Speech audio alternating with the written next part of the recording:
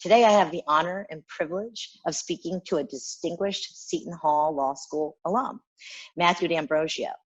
Matt's resume is both incredible and a bit intimidating. Matt earned his undergraduate degree in finance from Rider University and then went on to earn an MBA from Rutgers University and then his JD with a specialty in health law from Seton Hall Law. Since earning his JD, Matt has had an amazing career trajectory. He's served in numerous roles at Johnson & Johnson over a decade of service, rising to Senior Director of Healthcare Compliance.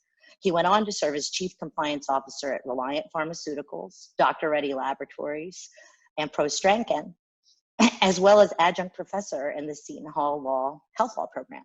He's currently Senior Vice President and the Global Chief Compliance and Ethics Officer at Walgreens Boots Alliance.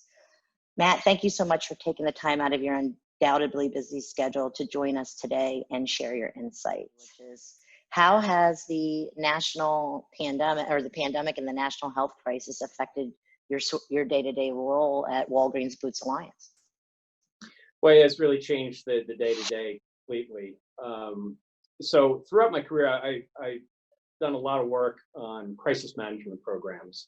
And I always used to say to my teams that I don't know that I ever experienced a true crisis. Many incidents, but not really a true crisis. Closest thing was maybe the weeks after 9/11. But I think when this happened, when the virus hit and it was declared a global pandemic, I think we did go into crisis mode here. We had the advantage, if you want to call it that, of getting some early experience with this pandemic because of our large sourcing presence in Asia. So we have a presence in Shanghai. We've got a large presence in Hong Kong. So in the early days, we were looking at this from a travel perspective and understanding how this was going to affect our global travel plans, how this was going to affect our employees in Asia. But really, as things started to spread, we really tracked it globally. And then when it really took off here in the US, I would say the biggest change was just in our speed to react to this. And I think anything that wasn't COVID related really went to the back burner. And I think it really forced us to move quickly and to rely upon the experience that we've had to be able to really make some very quick decisions. In terms of specific areas of our response, I think our number one priority was really protecting our employees. So I said it really started with global travel. I think when we found ourselves on the front line of this pandemic with our pharmacies, we really started to think about, okay, how do we protect our employees on the front lines? Again, we had an advantage with our sourcing presence in Asia to really get a jump start on PPE, which has been a hot topic, and working with manufacturers there. But to give you a sense for how quickly we had to react, even in the early days, I say the early days, this goes back a couple of months, right? PPE in China was like the Wild West.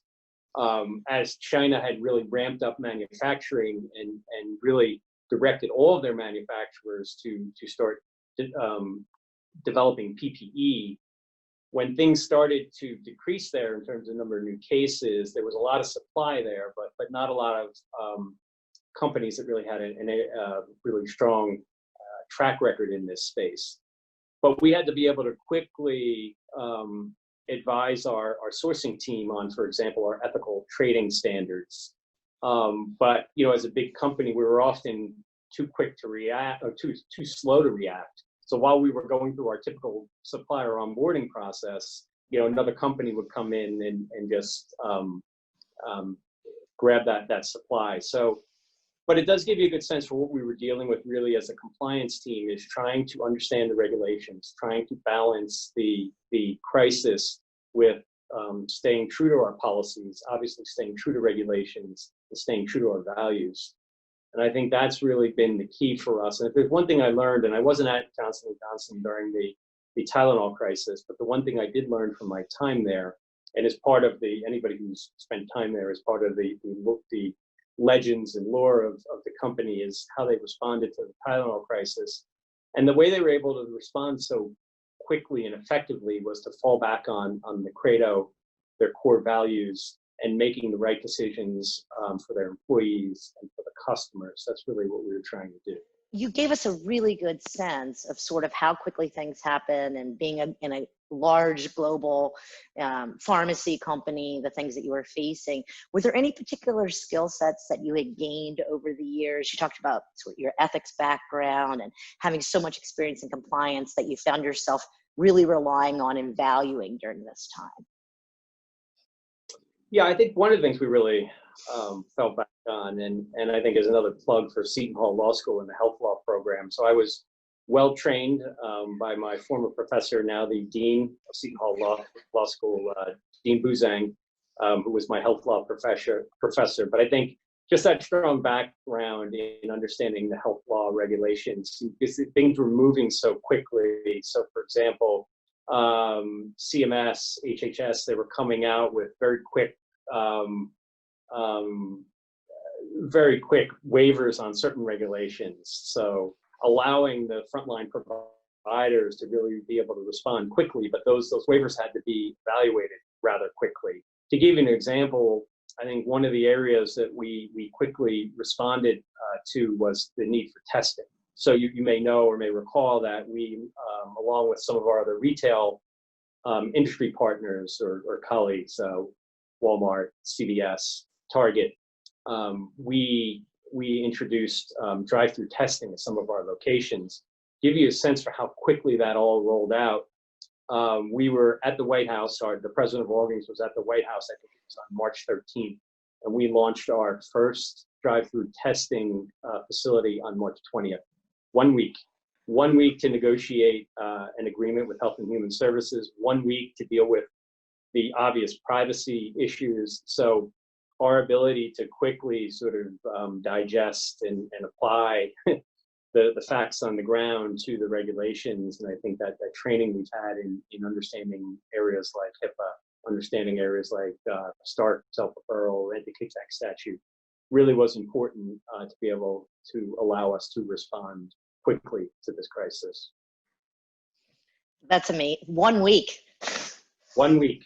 And I say we are notoriously slow as a large, very large, Fortune 20 company.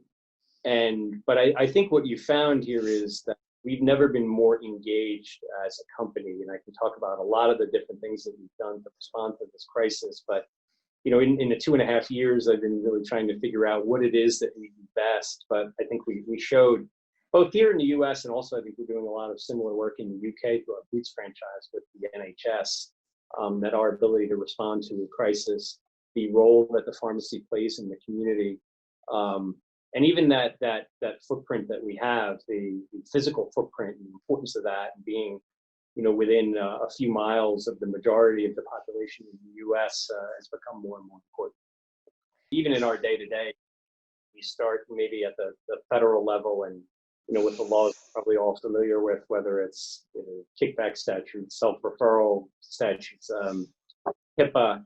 But then you get down to, we're regulated by 50 states. There are 50 different boards of pharmacies. And so, we've got to start at the top and work our way down. I've been really stressing with the team, we're in a crisis now, and it's all hands on deck. And we've got a lot of support from the government, state government, federal government.